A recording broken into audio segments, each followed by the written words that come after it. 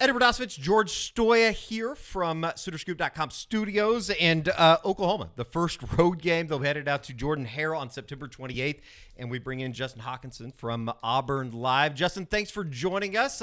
Heading into the second year under Hugh Freeze, I guess let's just kind of recap where things are right now with the Auburn football program.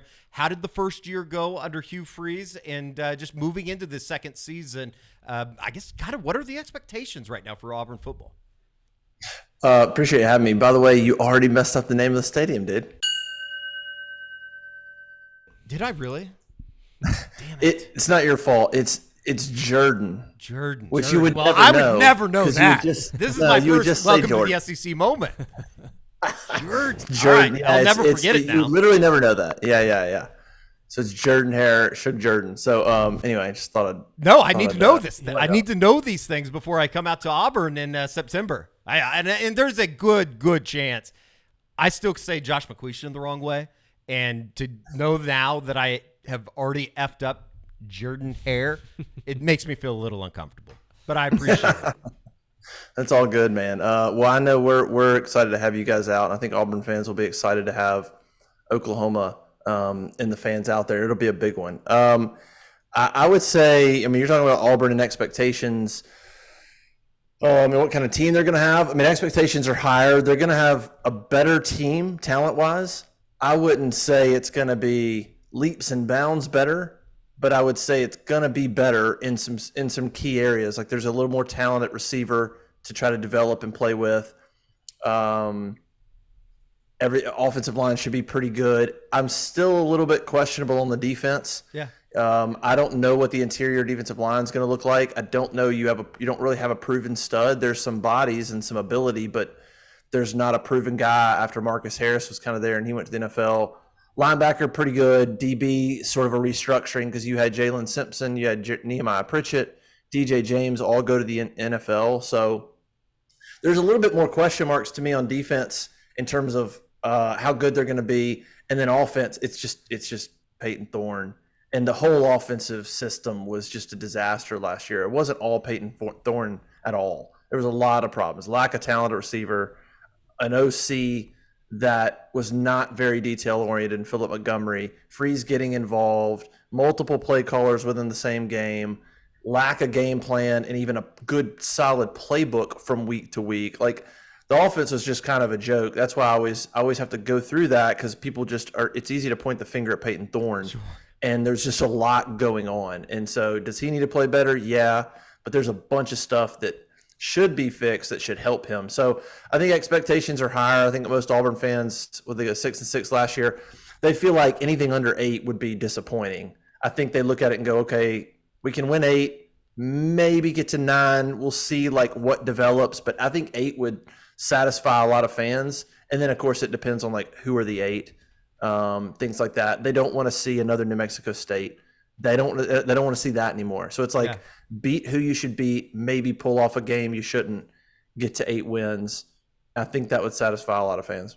Justin, you mentioned Payton Thorne, and that was kind of my big question coming into this. What is the belief in Payton Thorne from this coaching staff, and what makes you have some confidence that this offense will be different in year 2 under Hugh Freeze?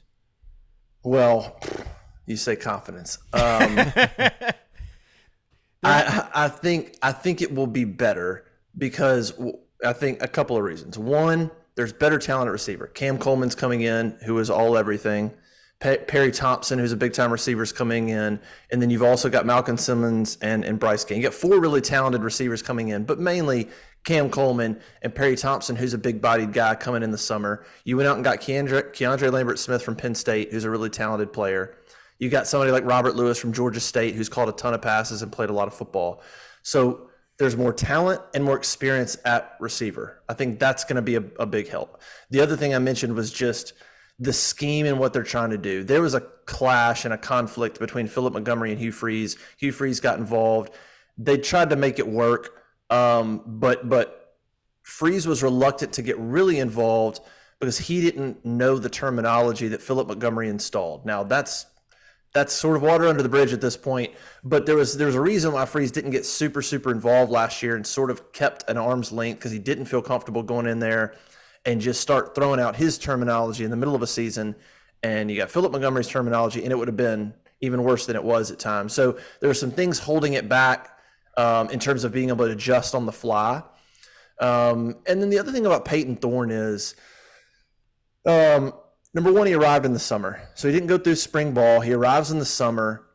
There's lack of talent at receiver. And then there's all those things I talked about where literally from week to week behind the scenes, they didn't even have, it'd be like, all right, what's the playbook this week? What are we doing? I mean, it was just dysfunctional. And so that's hard for any quarterback to succeed in. And then on top of that, Payton had some good moments and some bad moments. It was kind of hard to tell, though, how good Payton can be because there was just a lot going on. And then he didn't play well some games. And some games he had some good moments. So I think Payton has got the ability to be a good player. He's an athletic kid. He can run. He's very smart. His dad was an OC. His granddad, like his whole family came from football. He's a really smart guy who I think will understand the offense. It's just a matter of being accurate, making some good decisions, and then the talent around you being better, and then the scheme and there being some cohesiveness week to week, playbook, all that good stuff. So there's a lot of reason for optimism that the offense will be better.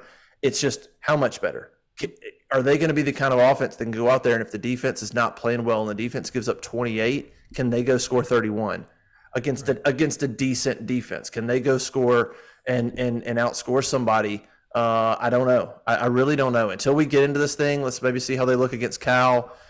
I don't know exactly yet on offense because as good as Cam Coleman is, he hasn't done anything yet. I mean, so there's still some question marks, but there are some reasons to be optimistic that the offense will take some strides and that Payton Thorne will be more consistent. It would seem too that, just maybe if nothing else from a comfortability in terms of Derek Nix coming back into the program, that seems like, not to say that he's coming in and everybody's going to look at him as a savior of the offensive side of the football, but is at least a guy that's been around the block, knows everything about Auburn that you probably could know in his 16 previous years there? Yeah, well, it's a good point. Derek Nix is a guy who has been with Freeze for a while at Ole Miss, knows him well. When Freeze was at Ole Miss, Derek Nix was there, so they know each other well. Derek Nix knows what he wants to do on offense. That was some of the moves Freeze made in the offseason was to create more comfort on the staff. Derek Nix coming in and promoting some guys within. And so I think he's more comfortable around the staff. Derek Nix is a big part of that. Now, Derek Nix technically will be the play caller because that was kind of part of the contract. That was a whole different thing with Lane Kiffin that got involved. They were able to get Derek Nix because Derek Nix needed to be the play caller to get out of the contract with Ole Miss, which is why Lane Kiffin was so mad. Hugh Freeze is going to call the plays, but Derek Nix will be very much involved. I mean, Derek Nix will be right there suggesting. I mean, it's always a collaborative effort with play callers, but Freeze will be very, a lot more involved calling plays. All the terminology now is what Nix and Freeze know and what they did at Ole Miss. So all of that's the same. So those two guys can work together a lot better than Montgomery and Freeze could work together because the terminology is the same. So, yeah, I think having Derek Nix there will be big, and then Freeze will be back involved calling plays. It'll be interesting to see sort of how involved he is calling plays. I mean, he didn't do that last year. He felt like he needed to be more of a CEO, but maybe it was so bad, and he feels like he's got some of the things under control in terms of recruiting apparatus and collective. He feels like maybe those things are turning a little bit. Now I can go back to trying to call plays. So, but having Derek Nix is certainly a big deal for Hugh Freeze to have on like that more comfort level on the offensive side of the ball. Justin, what about the defense? I know that Auburn added some guys through the portal, has recruited well on the defensive side of the ball at times. What are the expectations on that side? Because I know from the outside, a lot of us look at the SEC and a lot of these programs are built around defense. I think of Auburn as a defensive program, at least for a long time before Hugh Freeze got there. What are the expectations on that side of the ball? Yeah, that's where it's a big unknown for me. And yeah, they've generally been good on defense. Like Auburn historically has loved to play defense and try to run the ball. That's why they haven't had, a 1,000-yard receiver in forever and don't really ever put receivers in the NFL. It's always been defense and run the football. And even in some lean years, I mean, recently the defense has been decent. Like they've had moments of going out there and playing a really, really good football. I'm not sure. I mean, Marcus Harris has been a stalwart at the defensive tackle position. He's gone now. You lost a couple other guys from the defensive line. That's a huge question mark to me, is the interior defensive line. Jason Jones comes back, who's a big nose tackle, looks the part, but hasn't really been a stud. He hasn't really the performance hasn't quite matched like what you see of him.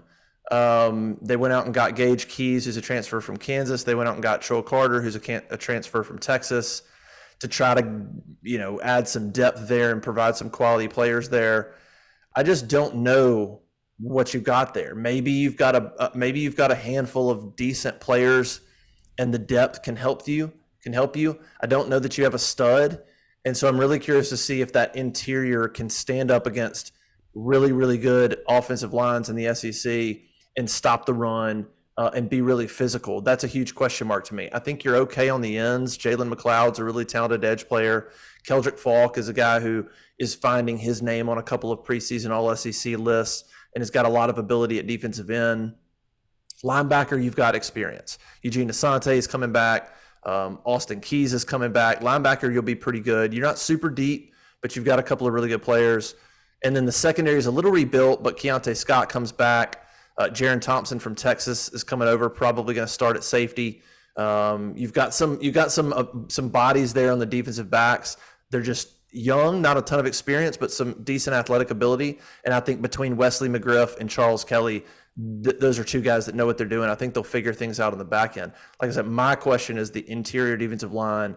Are they ready to stand up in the trenches and be able to stop the run and hold up?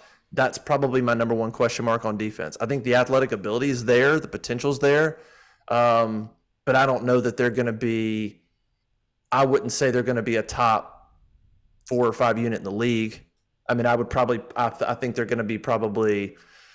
I don't know. Maybe 5 might be their ceiling. Maybe somewhere between 5 and 9 or 10 in the league, something like that as a total defense. I think looking at the September 28th game, I know from the Oklahoma side of things and talking to the Oklahoma fan base, it seems like you look at this game and because of the unknown that Oklahoma fans have going into the SEC, it's a little bit of a swing game, I think, for Oklahoma fans, just looking at the unknown. Jackson Arnold making his first career road start, things like that. From the Auburn side, how do they look at this September 28th matchup with Oklahoma?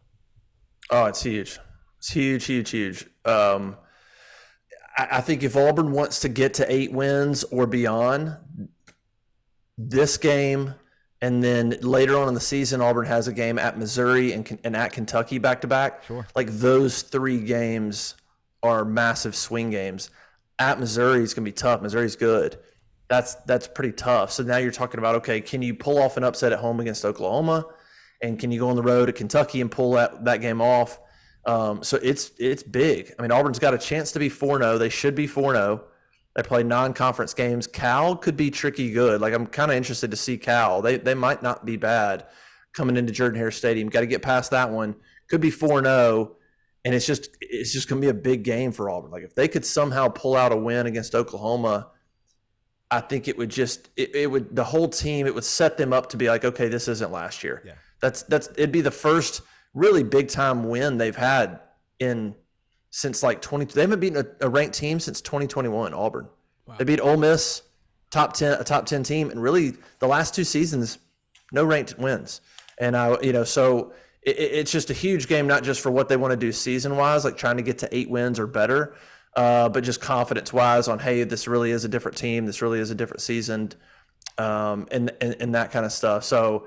It's a big one. I'd imagine it's a big one for Oklahoma too. I think that's really cool that your first road game is Auburn. I think it's a phenomenal atmosphere, and the fans are really gracious, and so I really think Oklahoma fans are going to have an awesome trip. I really encourage them to come out. I think you'll really enjoy it. But it's a huge one for Auburn. If you lose that one, you're 4-1, and then you look down the road and you're like, you got Georgia and Bama and. The chances to get over the 7-win hump are a lot tougher. If you get by Oklahoma, I think there's a lot more opportunity to try to get to 8 wins. It's really interesting you say that, Justin, because I think for Oklahoma too, they feel like they're going to be 4-0 heading into that game, and if they can walk out of there with a win, all of a sudden maybe that 7.5 win total is looking pretty good. It looks like they can get to 8, 9, maybe even 10 wins if they have just an extraordinary season. So I think that game is going to be huge for both sides. My final question, Justin, just what is the perception, I guess, of Oklahoma and I guess Texas too entering the league? I mean, how do Auburn fans, what are they saying, on the message boards or I guess inside the program too? Like, what is their perception of Oklahoma coming to town? And then obviously in a year they'll be coming to Norman. I guess just what's the overall thought from Auburn of the two new members? I think more of the attention goes to recruiting than anything else. Like, I think if you're a program in the SEC, if you're Auburn, Florida, LSU, Georgia, whatever, you've already been in the SEC. Like, you're already in the hardest conference in college football. What's two more really good teams? It's like, you're already there. So you already play. I mean, Auburn plays Georgia and Alabama every year. So adding Texas and Oklahoma, it's like, great, two more really good football programs. It's not a slight on them. It's just like, it's already hard, and now it's going to be, just as hard. And so I don't know that I think it's more of a recruiting focus. Like, okay, now those two programs are going to have obviously history and recent success and collective, and they're going to have resources and things like that. How is it going to affect recruiting? Texas and Oklahoma, are they going to try to come into Georgia or Alabama or Florida and recruit? So there may not be any crossover there, but I think it's just two more programs that you're going to have to recruit. It's two more programs that are going to come in with a lot of talent. And if you're Auburn in your current state, you're sitting here going, my gosh, I mean, we're already behind Georgia, Bama, LSU, Texas now. Like, so it becomes really, really hard if you're Auburn to try to climb out of this hole and become a top, quarter team in the league. Like, can you be a top 4 team? That is a tall task to ask. And so I don't know. I think the recruiting aspect's part of it, and I think the playoff expanding certainly helps the SEC. Certainly helps a program like Auburn. But to me, that's how I look at it. It's two more really good programs that are going to come in and immediately be on Auburn's level. And can Auburn continue to rise? Auburn's in this place right now where they're trying to climb out of the hole from Brian Harsin, and they're trying to build this thing back up and get to be a top 5, top 4 team in the league, and that becomes that much tougher when you bring Texas and Oklahoma in. But in terms of just year to year, like Auburn dropped LSU this year, Oklahoma comes on board. It's just more tough football. I mean, I think they're used to it from that point. For the fans that will be coming out to Jordan-Hare Stadium on September 28th, what are some things, just in terms of the city of Auburn? I know that it's kind of one of those landmarks in the world of college football. What are some of the places that they need to hit? Obviously, Toomer's Corner, I think, is somewhere that everybody that knows anything about the sport of college football or college athletics in general knows that's a place that you need to stop. But outside of that, what do the fans need to hit up before they go to the game on September 28th? Yeah, I mean, I would just make sure you get there early and try to go downtown and walk around. I mean, it's a small college town it's completely built around the university. Yeah. And so I would just make sure you get there, find a place to tailgate. They kind of push tailgating off campus over the years. And so get you a good spot and then just get downtown, walk around, go to Toomer's Corner. You've got Sanford Lawn, which is a really old building with really beautiful building and a huge lawn right there in the heart of downtown. Where people are tailgating, and just walk around downtown, mingle with people. I think that's the best way to do it. And then you literally can walk from there. I mean, campus is not that big. You can walk to the stadium and stuff like that. And then Tiger Walk's the thing you got to experience. I would imagine for that game, if Auburn's 4-0, it'll be big. And so make sure you get over there where next to the baseball stadium, the Tiger Walk runs up that street, and they drop the players off up the street, and then they walk in between the fans for, I don't know, maybe a quarter mile up to the stadium. And it's one of a kind. That's a one of a kind experience that make sure you're somewhere along that street, somewhere in that group of people at some point, and just sort of take that in. That's really awesome. And then of course obviously most Oklahoma fans will get in the stadium early and get to see the eagle fly and all that good stuff. But yeah, try to make it downtown and walk around and mingle with people and kind of just enjoy the small college town atmosphere, and then go check out Tiger Walk that happens 2 hours before the game. Go do that for sure. And then go in the stadium. So it's a good atmosphere. It's like Auburn. I feel like Auburn's one of the harder atmospheres, but there's times where it's I don't know, it's such a cool atmosphere. I feel like times the opponent raises their level as well. Like Auburn's a hard place to play, but I've seen a lot of games, classic games, where the opponent plays well in there because I think it's such a cool atmosphere. It's different than, I mean, it can get loud and it'll be loud. I wish it was a night game. Yeah. I do wish it was a night game. I think it would be a lot more fun, but yeah, those would be my recommendations. I think you'll have a great time. Auburn fans are generally some of the best fans. They're going to welcome you into the tailgate. They're going to be nice to you. It's going to be a really cool experience. And so I'd make sure and come out for sure if you're an OU fan. It sounds like a comfortable beginning to the road endeavors that will all end with a trip to Baton Rouge in late November. So that will be interesting for Oklahoma fans. And I think that they're already expecting that one to be probably not as welcoming as they will see on September 28th. He is just that's a different one. Every place has got its uniqueness to it. That's a different one. I mean, they're nice too. Now they're cool. Like you can go pop in a tailgate and get some gumbo. Sure. But there's a higher chance of some language being thrown your way in Baton Rouge than Auburn, I would say. But Baton Rouge is a sweet environment too, dude. That'll blow you away. I think that's personally. I think Auburn's an amazing place. Outside of Auburn, LSU is probably my favorite environment. Ben Hill Griffin's really loud, but LSU is just different down there, dude. It's cool. Gonna be awesome. It's going to be so cool. He's Justin Hokanson from Auburn Live. We appreciate it, Justin, and we will catch up with you here probably not too long from now when September 28th rolls around. Appreciate it. Perfect. Thanks, guys. Thanks, Justin. See ya.